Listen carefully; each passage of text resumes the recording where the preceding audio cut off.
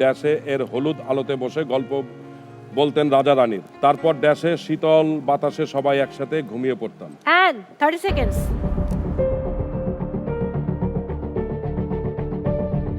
Time's up. Stop. নেনে আর কেউ না লিখবেন না। আমি কিন্তু আপনার এটা নিব না। গল্পটার নাম দাদুর ছোটবেলার সোনালী স্মৃতি। দাদু তার নাতনিদের বলছে, দেখো প্রযুক্তি এখন কত এগিয়ে গেছে। আমাদের সময় যদি এত উন্নত সব জিনিস থাকতো তাহলে মা খুব ভোরে উঠে পাতিলের বদলে এক ড্যাশে সুগন্ধি পায়েস রান্না করতেন। সেই ঘ্রাণে পুরো বাড়ি মাতোয়ারা হয়ে যেত। বাবা নিজের চেয়ারে বসে রেডিও না শুনে ড্যাশে ক্রিকেট খেলা দেখতেন। মাঝে চিৎকার করে উঠতেন। আমি আর ছোট ভাইয়া মিলে চুপি চুপি ড্যাশ খুলে আইসক্রিম চুরি করতাম। মা দেখে ফেললেই বকুনি। বড় আপু ড্যাশে ঠান্ডা লাচ্ছি বানাতো, আমরা সব শেষ করে দিতাম মুহূর্তে। বিকেলে সবাই মিলে কড়াইয়ের বদলে ড্যাশে পপকর্ন গরম করতাম, তারপর ছাদে বসে খেতাম আর গল্প করতাম। সন্ধ্যায় ড্যাশে পুরো দিনের গান চালিয়ে নাচতাম পাগলের মতো। মা বাবাও মাঝে মাঝে যোগ দিতেন। মা কষ্ট করে পুকুর ঘাটে না গিয়ে ড্যাশে আমাদের স্কুলের জামা ধুয়ে দিতেন। পরদিন সকালে আমি সেগুলো ড্যাশে করে রেডি হতাম। রাতে খাওয়ার পর হারিকেন না জ্বালিয়ে ড্যাশে এর হলুদ আলোতে বসে গল্প বলতেন রাজা রানীর। তারপর ড্যাশে শীতল বাতাসে সবাই একসাথে ঘুমিয়ে পড়তাম। And 30 seconds.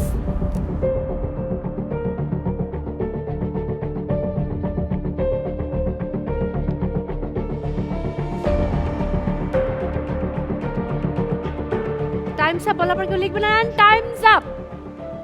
Stop. নেনে আর কেউ না লিখবেন না। আমি কিন্তু আপনার এটা নিব না। No, no, no, no, no, আমি no, নিয়ে no. নিই। লিখি No. শুধু মানে স্পেলিংটা ঠিক করছি।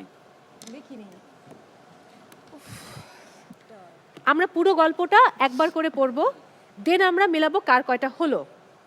কারেকশনগুলো কি কি হবে আপনারা শুনে নিন। দাদুর ছোটবেলার সোনালী স্মৃতি।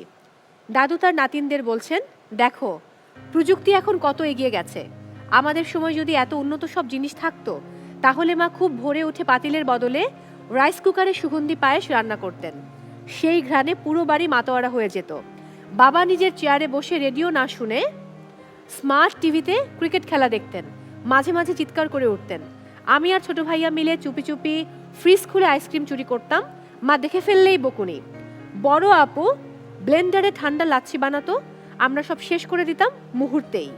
বিকেলে সবাই মিলে কড়াইয়ের বদলে মাইক্রোওয়েভ ওভেনে পপকর্ন গরম করতাম, তারপর ছাদে বসে খেতাম আর গল্প করতাম।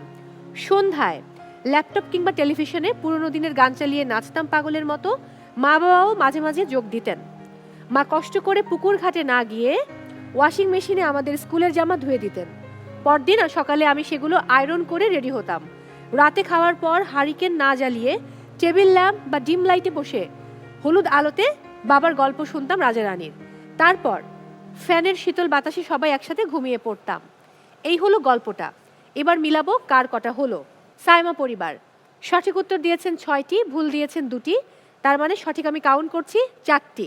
আপনারা পাচ্ছেন 6 পয়েন্টস।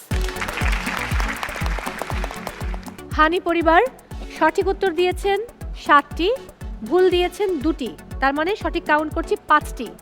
আপনারা পাচ্ছেন 9 পয়েন্টস। মুন পরিবার সঠিক উত্তর দিয়েছেন 8টি, ভুল উত্তর দিয়েছেন 2টি, তার মানে আমি কাউন্ট করছি 6টি সঠিক উত্তর। আপনারা পাচ্ছেন 12 পয়েন্টস। লামিয়া পরিবার what a comeback, good job.